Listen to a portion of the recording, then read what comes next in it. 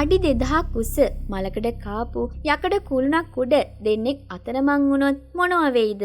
කිසිම කෙනෙක්ට කතා කරන්න බැරුව කන්න බොන්නවත් දෙයක් නැතුව පාලට බහින්න කිසිම ක්‍රමයක් නැතුව මරණය Taman දිහා බලාගෙන ඉන්නකොට එයාලට තමන්ගේ ජීවිතේ බේරගන්න පුළුවන් වෙයිද? මේ අඩි 2000ක කුළුණ එයාලගේ ජීවිතයේ අවසානය සනිටුහන් කරාවිද? එහෙමත් නැත්නම් ජීවිතේට හිතා ගන්නවත් බැරි විදිහේ රහසක් හෙළි කරාවිද? අපි බලමු මේ කතාවේ ඇත්තටම මොකද වෙන්නේ කියලා. art.lk YouTube channel එකත් එක්ක එකතු වෙන ඔයාලා හැමදෙනාම සාදරයෙන් පිළිගන්නවා. තාමත් මගේ channel එක subscribe කරලා නැත්නම් subscribe කරලා මාත් එක්ක දිගටම එකතු වෙන්න.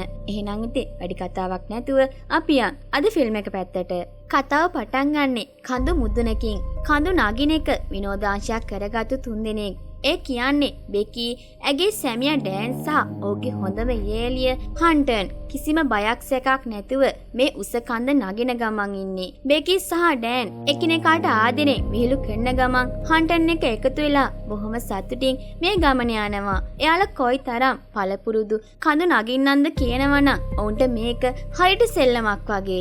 එක පාරටම එයාලා හිතපු නැති දෙයක් වෙනවා. ඩෑන් තමන්ගේ ආරක්ෂක උපකරණයක් කන්ද ගැට ගහනකොට ඒ අසල තිබුණු ගල් කුහරයකින් වවුලන් රංචුවක් එළියට පනිනවා. මේ අනපේක්ෂිත සිදුවීමත් එක්ක ඩෑන්ගේ ග්‍රහණය ගිලිහෙනවා. බෙකි සහ හන්ටර් කොච්චර උත්සාහ කළත් ඩෑන්ගේ ආරක්ෂක පටියත් ක්‍රමයෙන් ගැලවිලා අඩි 10 ගාණක් පහළට වැටිලා මේ දෙන්න ඉදිරි පිටම මැරෙනවා. මේ සිදුවීම බෙකිගේ ජීවිතය සම්පූර්ණයෙන්ම කන පිටහර වෙනවා. ඩෑන්ගේ මරණයෙන් අවුරුද්දකට පස්සේ තමයි දැන් පෙන්වන්නේ. බෙකි ඉන්නේ ගොඩක් මානසිකව වැටිලා. එයා මත්පැන් වලට ඇබ්බැහි වෙලා තමන්ගේ තාත්තා ජේම්ස් එක්කවත් හරියට කතා බහ කරන්නේ නැහැ. එයාගේ තාත්තා විශ්වාස කරන්නේ නැහැ ඩෑන් ඇත්තටම එච්චර හොඳ කෙනෙක් කියලා. මේ නිසා බෙකි තවත් තනි වෙනවා. ඒ ජීවත් වෙන්නේ ඩෑන්ගේ මතකයන් එක්ක විතරයි. දැන් සමාජ මාධ්‍යවල ජනප්‍රිය චරිතයක් වෙලා ඉන්න හන්ටර් එක පාරටම බෙකිව බලන්න එනවා. එයා බෙකිට අලුත් යෝජනාවක් ගේනවා. ඒ තමයි ළඟදිම කඩා ඉවත් කරන්න නියමිත අඩි 2000ක් උස අතහැරලා දාපු රූපවාහිනී කුළුණක් නගින්න. හන්ටර් කියන්නේ ඒ කුළුණ මුදලට ගිහින් ඩෑන්ගේ අලු ටික විසික් කරොත් බෙකිට තමන්ගේ දුකෙන් මිදෙන්න පුළුවන් වෙයි කියලා. මොළද මේ යෝජනාවට අකමැති වුණත් එදා රෑ දකින්න බය හිතෙන හීනයකට පස්සේ බෙකි තමන්ගේ තීරණය වෙනස් කරනවා. ඩෑන්ගේ මතකයත් එක්ක හැමදාම බයෙන් ජීවත් වෙනට වඩා මේ අභියෝගයට මුහුණ දීලා තමන්ගේ බය නැති කරගන්න ඕන කියලා ඒ තීරණය කරනවා. ඊළඟ දවසේ බෙකි සහ හන්ටර් P67 කියන මේ රූපවාහිනී කුළුණ තියෙන පාළු කාන්තාර ප්‍රදේශයට පිටත් වෙනවා. ඔවුන්ගේ මුහුණුවල තියෙන්නේ බලාපොරොත්තුවක් වගේම ලොකු අභියෝගයකට මුහුණ දෙන්න යන බවට තියෙන හැඟීමක්. මේ කුළුණට යන පාරේදී මැරුණු සතෙක්ව කන්න පොර කන ගිජුලිහිනියන් රංචුවක් ඔවුන්ට දකින්න ලැබෙනවා. මේ දර්ශනීය හරියට ඔවුන්ගේ ගමනේ තියෙන භයානකකම ගැන ඉඟියක් දෙනවා වගේ. ඒත් එයාලා ඒක එච්චර ගණන් ගන්නේ නැතුව එයාලගේ ගමන යනවා. අවසානයේදී එයාලා මේ යෝධ කුළුණ ළඟට එනවා. මේකේ ඉනිමඟ පරණ වෙලා මලකඩ කාලා තියෙන්නේ. ඒත් හන්ටර්ගේ ධෛර්යය නිසා බෙකිත් හිත හදාගෙන කුළුණ නගින්න පටන් ගන්නවා. එක අඩියක් තියෙන ගානේ පොළවෙන් උසට යනකොට එයාලගේ හද ගැස්ම වැඩි වෙන්න පටන් ගන්නවා. එයාලා කුළුණේ ඉනිමඟ දිගේ උඩට නගිනකොට ඒකේ තියෙන පරණ ඇන කිහිපයක් ගැලවිලා බිමට වැටෙනවා. ඒත් ඒ වෙනකොටත් එයාලා ඉන්නේ ගොඩක් උස නිසා ඒක හරියට පේන්නේවත් නැහැ. ඒත් මේක ඉදිරියේදී වෙන්න යන විනාශයක ආරම්භය කියලා ඔවුන් දන්නේ නැහැ. කොහොම හරි මහන්සි වෙලා එයාලා දෙන්න කුළුණේ මුදිනේ තියෙන පුංචි වේදිකාවට ළඟා වෙනවා. එතන ඉඳන් බලනකොට හරිම ලස්සනයි. මුළු කාන්තාරයෙන් පේන්නේ පොඩි සිතියමක් වගේ. හන්ටර් තමන්ගේ සමාජ මාධ්‍ය ගිණුම් වලට දාන්න වීඩියෝ සහ ෆොටෝස් ගන්න පටන් ගන්නවා. එයා ඩ්‍රෝන් කැමරාවක් පාවිච්චි කරලා මේ උස අත්දැකීම් වීඩියෝ කරනවා. එයාට මේක තවත් එක වැඩක් විතරයි. හන්ටර් බයෙන් ඉන්න බෙකිවත් එයාගේ පැත්තට කතා කරගන්නවා. මේ වේදිකාවේ එලිලා ඉන්න ෆොටෝ එකක් ගන්නවා. බෙකි බය වුණත් හන්ටර්ගේ බල කිරීමට ඇයට අකමැත්තෙන් වුණත් එකග වෙන්න සිද්ධ වෙනවා. මේක ඔවුන්ගේ ජීවිතේ ගන්න අවසාන සතුටුදායක ඡායාරූප වලින් එකක් වෙයි කියලා ඔවුන් හීනකින්වත් හිතන්නේ නැහැ. ඊට පස්සේ බේකි එයා ආපු අරමුණ ඉෂ්ට කරනවා. ඒ ඩ්‍රෑන්ගේ අලු ටික කුළුණ මුදුනේ ඉඳන් අහසට මුදා හරිනවා. ඒ මොහොතේ අවුරුද්දක් තිස්සේ හිතේ හිර කරගෙන හිටපු දුක යම් තාක් දුරකට නිදහස් වුණා වගේ හැඟීමක් ඇයට දැනෙනවා. දැන් එයාලා ආපු මෙහෙයුම ඉවරයි. එයාලා දෙන්න ආපහු පහළට බහින්න පටන් ගන්නවා. බෙකි ඉස්සෙල්ලම් බහිනකොට එක පාරටම ඉනිමගේ කොටසක් කඩාගෙන යනවා. බෙකි පහළට වැටුණත් වාසනාවකට ඇය හන්ටර්ට සම්බන්ධ කරලා තිබුණු කම්බේ නිසා බේරෙනවා. හන්ටර් ගොඩක් අමාරුවෙන් බෙකිව අහපව් වේදිකාවට ඇදලා ගන්නවා. ඒත් ඒ වෙනකොට ඔවුන්ට පහළට බහින තිබුණු ඉනිමගේ විශාල කොටසක් කැඩිලා බිමට වැටිලා ඉවරයි. එයාලට දැන් තේරෙනවා තමන් මේ අඩි 2000ක් උස කුළුණ මුදුනේ හිර වෙලා කියලා. එයාලා දෙන්න දැන් සම්පූර්ණයෙන්ම අසරණ වෙලා. පහළට බහින්න කිසිම විදිහක් නැහැ. ඒ වගේම එයාලගේ වතුර බෝතල් සහ ඩ්‍රෝන් එක තිබුණු බෑග් එකත් පහලින් තියෙන සංනිවේදන තැටියක් උඩට වැටිලා. ඔවුන්ට දැන් තේරෙනවා තමන් ඉන්නේ මොනතරම් භයානක තත්ත්වයකද කියලා. උදව් ඉල්ලන්න ෆෝන් එක අතට ගත්තත් කුළුණ මුදුනේ කිසිම දුරකථන සංඥාවක් නැහැ. මේ යකඩ කුළුණ ඔවුන්ව ලෝකෙන්ම සම්පූර්ණයෙන්ම වෙන් කරලා වගේ. ඔවුන්ට දැන් තමන්ගේ ගැලවීමක් ගැන කිසිම බලාපොරොත්තුවක් තියාගන්න බැරි තත්ත්වයකට පත් වෙලා. හන්ටර්ට එක අදහසක් එනවා. ඒ තමන්ගේ ෆෝන් එක සපත්තුවක් ඇතුළට දාලා පහළට දානවා. ඒ හිතන්නේ පහළට ගියාම සංඥා ලැබිලා එයාගේ සමාජ මාධ්‍යවල ඉන්න යාළුවන්ට උදව් ඉල්ලලා යවපු පණිවිඩ ලැබෙයි කියලා. ඒත් ඒ සපත්තුව බිම වැදුණු ගමන් කුඩු වෙලා යනවා. ඔවුන්ගේ එකම බලාපොරොත්තුවත් ඒ විදිහට නැති වෙලා යනවා. ඉර බැහැගෙන යනවා. මුළු කාන්තාරයටම අඳුර වැටෙනවා. මෙයාලා ළඟ තව එකම එක ගැලවීමේ මාර්ගයක් තියෙනවා. ඒ කියන්නේ ක්‍රියා ගන්න එක. ඕන් ක්‍රියාත්මක කරනවා. හන්ට ඒක හරියටම ක්‍රියාත්මක කරන විදිය දන්නේ නැති වුණත් ලොකු උත්සාහයකින් පස්සේ රතු පාට එළියක් අහසට විහිදවෙනවා. ඒ එළිය දකිනවා කැම්පින් කරමින් ඉන්න මිනිසු දෙන්නෙක්. මෙයාලා දකිනවා ඒ එළිය විහිදෙන්නේ ටවර් එකෙන් කියලා. බෙකි හන්ටරුත් එයාලව බේරගන්න කවුරු හරි එයි කියලා බලාගෙන ඉන්නවා. අර කැම්පින් එකේ ඉඳපු දෙන්නත් එයාලගේ වාහනයෙන් බැහැලා මෙයාලගේ වාහනේ තියෙන තැනට ඇවිදගෙන එනවා. අපිව බේරගන්නයි එන්නේ. බෙකි සහ හන්ට හිතුවත් ඇත්තටම වෙන්නේ වෙනම දෙයක්. අර මිනිස්සු දෙන්න එන්නේ ඔවුන්ව බේරගන්න නෙවෙයි. එයාලා හන්ටගේ කාර් එකේ වීදුරුව කඩලා ඒක හොරකම් කරගෙන යන්නයි එන්නේ. මේක දකින බෙකීටත් හන්ටර්ටත් කරගන්න දෙයක් නැහැ. තමන්ගේ එකම ගැලවීමේ මාර්ගයක් නැති වෙලා යන හැටි ඔවුන්ට බලාගෙන ඉන්න සිද්ධ වෙනවා. මිනිස්කම නැති ඒ මිනිස්සු මේ දෙන්නගේ ජීවිතය ගැන පොඩ්ඩක්වත් හිතන්නේ නැතුව කාර් එකත් අරගෙන ඒ පාළු කාන්තාරයෙන් පිට වෙලා යනවා. මුළු රෑම ගෙවිලා යන්නේ බලාපොරොත්තු සින්වීමෙන්. පහුවදා උදේ බෙකීගේ ඇහැ යන්නේ හන්ටර්ගේ කකුලේ ගහලා තියෙන ටැටූ එකකට. ඒකේ ගහලා තියෙන්නේ 143 කියලා. ඒක ඩෑන් මම ඔයාට ආදරෙයි කියලා බෙකීට කියන්න පාවිච්චි කරපු රහස් කේතයක්. මේක දැක්කාම බෙකීට ඇතිවෙන්නේ ලොකු ප්‍රශ්නයක්. ඇයි හන්ටර්ගේ කකුලේ ඩෑන්ගේ රහස් කේතය තියෙන්නේ? බෙකී ඒ ගැන හන්ටර්ගෙන් ඇහුවාම මුලදී හන්ටර් ඒක මගහරින්න උත්සාහ කළත් අවසානයේ ඇත්ත පිළිගන්නවා. ඩෑන් සහ ඇය අතර ඔවුන්ගේ විවාහයට කලින් මාස 4ක රහස් සම්බන්ධයක් තිබුණු බව ඇය කඳුළු පුරවගෙන පාපොච්චාරණය කරනවා. මේක අහන බෙකීගේ හදවත කඩාගෙන වැටෙනවා. තමන්ගේ සැමියාත් තමන්ගේ හොඳම යාළුවත් තමන්ට ද්‍රෝහි වෙලා කියලා දැනගත්තාම ඇයට දරා ගන්න බැරි වෙනවා. ඒ මොහොතේම ටවර් උඩ තියෙන තනිකමට වඩා දැනුණු තනිකමක් ඇයට දැනෙන්න පටන් ගන්නවා. මේ තරම් කාලයක් තමන්ගේ හිතේ තිබුණු වේදනාව මේ අලුත් වේදනාවත් එක්ක තවත් දරුණු වෙනවා. මේ දරුණු ඇත්ත දැනගත්තට පස්සේ දෙන්න අතරේ ඇති වෙන්නේ ලොකු නිහඬතාවයක්. ඒත් මේ වෙලාවේ තරහ වෙලා ඉඳලා වැඩක් නැහැ කියලා දෙන්නම දන්නවා. ඔවුන්ගේ වතුර බෝතලයයි ඩ්‍රෝන් එකයි තියෙන්නේ ඉනිමග කඩාගෙන වැටෙනකොට පහළට වැටුණු බෑග් එකේ. ඒ බෑග් එක ටවර් එකේ පහළ කොටසේ තියෙන සැටලයිට් ඩිෂ් එක උඩ රැඳිලා තියෙනවා. ඒක තියෙන්නේ ඔවුන් ඉන්න තැන ඉඳන් අඩි 50ක් විතර පහළින්. දැන් එයාලගේ එකම බලාපොරොත්තුව තමයි ඒ ඩ්‍රෝන් එක. ඒක අරගෙන උදව් ඉල්ලලා ලියුමක් ගැට ගහලා ළඟම තියෙන මොටෙල් එකකට යවන්න පුළුවන් වුණොත් ඔවුන්ට බේරෙන්න අවස්ථාවක් ලැබෙයි. ඒත් ඒ බෑග් එක ගන්න එක ලේසි වැඩක් නෙවෙයි. තමන් කරපු වරදට සමාවක් විදියට මේ අවදානම් වැඩේ කරන්න හන්ට ඉදිරිපත් වෙනවා. ඇය ඔවුන් ළඟ තියෙන කඹ පාවිච්චි කරලා හෙමින් ඒ බෑග් එක තියෙන ඩිෂ් එකට බහිනවා. බෙකි උඩ ඉඳන් කඹේ අල්ලගෙන ඇයට උදව් කරනවා. හන්ට ගොඩක් පරිස්සමෙන් ඒත් ධෛර්යවන්තව පහලට යනවා. ඒ ඩිෂ් එකට පනිනකොට ඇයව ලිස්සලා ගිහින් යන්තම් බේරෙන්නේ. ඇය කොහොම හරි බෑග් පැක් එක අතට අරගෙන ඒක කඹේ ගැට ගහනවා. දැන් තියෙන්නේ ඇයට ආපහු උඩට එන්න.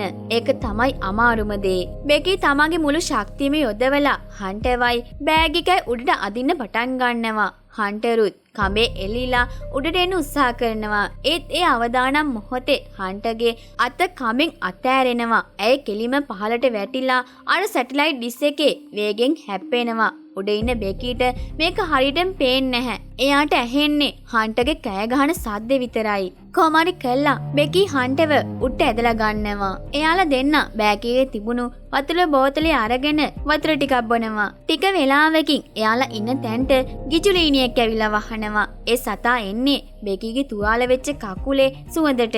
ඒ සතා එයාලගේ වටේ කැරකෙන ගමන් එයාලට කරදර කරන්න පටන් ගන්නවා. බෙකි හන්ට එක්ක ඩ්‍රෝන් එක පාවිච්චි කරලා බේරෙන හැටි ගැන කතා කරනවා. ඔවුන්ගේ සැලැස්ම තමයි ඩ්‍රෝන් එකේ පණිවිඩයක් ගැට ගහලා ළඟම තියෙන මොටෙල් එකකට යවන එක.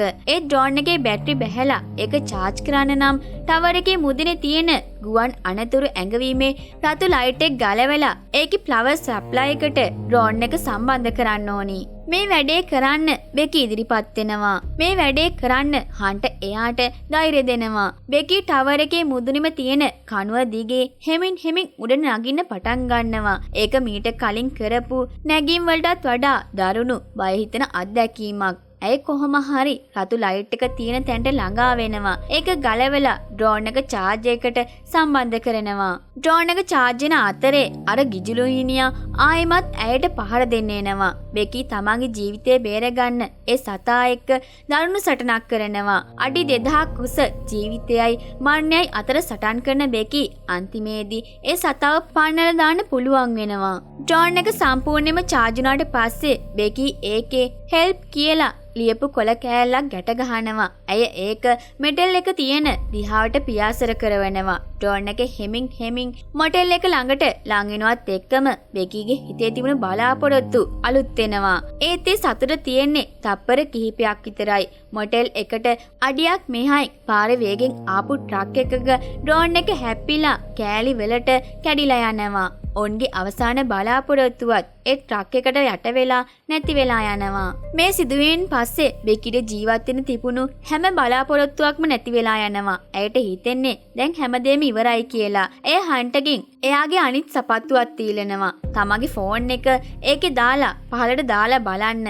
ඒත් ඒ වෙලාවේ හන්ට කියන දේත් එක්ක බෙකිගේ මුළු ලෝකයම ආයෙත් කම්පා වෙනවා. මගේ සපත්තුව මෙහෙ නෑ. ඒක තියෙන්නේ පහළ හන්ට කියනවා. මතක නැද්ද මම ඉන්නෙත් පහළ. ඒ වෙලාවේ බෙකීට ඇත්තටම තේරුම් යනවා. ඇයට මතක් වෙනවා හන්ට කඹෙන් වැටුණු හැටි. ඇත්තටම හන්ට අහප උඩට ආවේ නෑ. ඇය ඩිස් එක උඩ වැටිලා ලේ ගිහින් මැරුණා. මෙච්චර වෙලා Taman එක්ක කතා කළේ තමන්ගේ හිත මවාගත්ත මායාවක් එක්ක කියලා ඇය අවබෝධ කරගන්නවා. ඔයාලට මතක ඇතිනේ හන්ට පල්ලහැට බැහැලා උඩට එද්දී ලණුව කඩාගෙන එයා පහලට වැටෙනවා. ඒ වෙලාවේදී එයා ආයෙත් උඩට ආවේ නෑ. ඒ වෙලාවේ එයා එතනදිම මැරුණා. මෙච්චර වෙලා බෙකීගේ මනසේ මැවිච්ච දෙයක් තමයි මේ හන්ට කියලා කියන්නේ. මේ දරුණු ඇත්තත් එක්ක බෙකී දැන් ඇත්තටම සම්පූර්ණයෙන්ම තනි වෙලා. බෙකී දැන් ඉන්නේ පියවසියට ඇවිල්ලා. තමන් මෙච්චර වෙලා කතා කර හිටියේ මැරිච්ච හන්ටගේ ආත්මය එක්ක.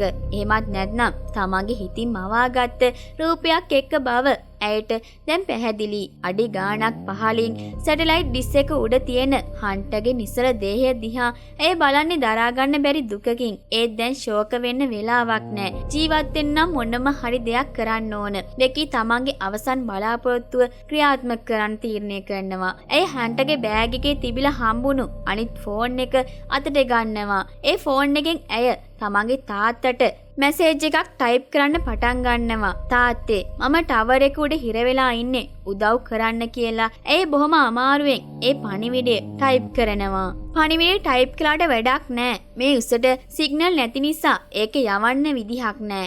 ඒත් බෙකී ළඟ සැලැස්මක් තියෙනවා. මුලින්ම හන්ටගේ ෆෝන් එක සපත්තුවක දාලා පහලට දැම්මා වගේ මේ පාරත් ඒ දේම කරන්න ඇයි හිතනවා. ඒත් මේ පාර ෆෝන් එකට කිසිම හානියක් නොවි බීමටම යන්න ඕන. ඒකට සපත්තු විතරක් මදි. බෙකී බොහොම අමාරුවෙන් ලනුව දිගේ පහලට බැහැලා හන්ටගේ මලසිරුර තියෙන සැටලයිට් ඩිස් එකට යනවා. එතනට ගිහින් ඇයි තමන්ගේ ෆෝන් එක හන්ටගේ සපත්තුව ඇතුළට දානවා. ඊට පස්සේ ඒ සපත්තුව හන්ටගේ සිරුරේ තුවාල වෙච්චි තැනක් ඇතුළට තියලා හොඳට හිර කරනවා. මේ විදිහට මල සිරුර ෆෝන් එකට ආරක්ෂිත කොට්ටයක් වගේ හදලා හැමදේම ලෑස්ති කරලා ඉවර වෙලා බෙකී හන්ටගේ සිරුරට සමු දීලා ඒක සැටලයිට් ඩිස් එකකින් පහළට තල්ලු කරනවා. හන්ටගේ සිරුර වේගයෙන් පහළට ඇදගෙන වැටෙනවා.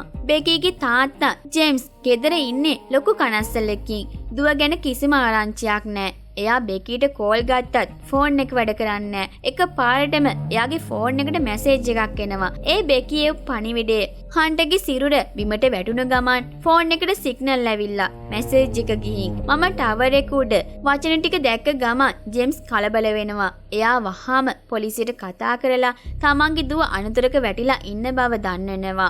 ඒ එක්කම ඔහු කාර් එකට නැගලා දුවව හොයාගෙන යන්න පිටත් වෙනවා. ඉර බැහැගෙන ගිහින් රෑ වෙලා බෙකී තාමත් ටවර් එක උඩ බලාපොරොත්තුෙන් බලාගෙන ඉන්නවා. එක පාරටම ඈතින් වාහන ලයිට් එලි කිහිපයක් පේනවා. ඒ එක්කම හෙලිකොප්ටරයක සද්දෙකුත් ඇහෙනවා. ඇගේ තාත්තා සහ ගලවා ගැනීමේ කණ්ඩායම් එයා ඉන්න තැනට ළඟා වෙලා ජේම්ස් කාර් එකෙන් බැහැලා බලනකොට දකින්නේ බිම තියෙන මල සිරුරක්. ඔහු හිතන්නේ ඒ බෙකී කියලා. ඒත් එක්කම හෙලිකොප්ටරයකින් ආලෝක ධාරාවක් ටවර් එකේ ඉහළටම එල්ල කරනවා. ඒ එළියෙන් බෙකීව පැහැදිලිව පේනවා. ගලවා ගැනීමේ කණ්ඩායම් හෙලිකොප්ටරයේ ආධාරයෙන් බෙකීව ආරක්ෂිතව බිමට ගේනවා.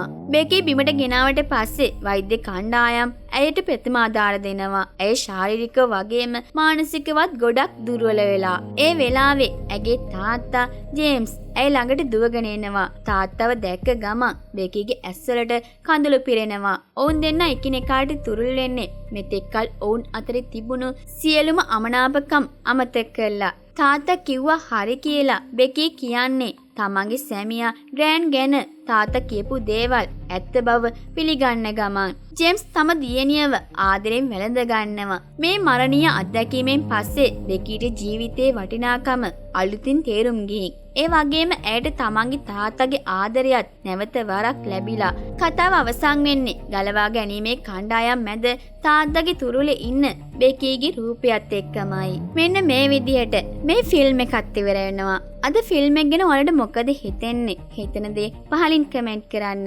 ඔයාලා බලනවා ඇති අද මොකද ගර්ල් කෙනෙක් වොයිස් කරලා තියෙන්නේ කියලා. මේ දවස් ටිකේ අයියා බිසි නිසායි මම වීඩියෝ දාන්නේ. ඉක්මනටම එයා ආයෙත් වීඩියෝ දායි. තාමත් channel එක subscribe කරලා නැත්නම් දැන්මම channel එක subscribe කරලා අපිත් එක්ක දිගටම එකතු වෙන්න. තවත් ෆිල්ම් එකක් අරන් එනකම් මම ඔයාලගෙන් සමුගන්නවා. ඔයාලා හැමෝටම සුබ දවසක්.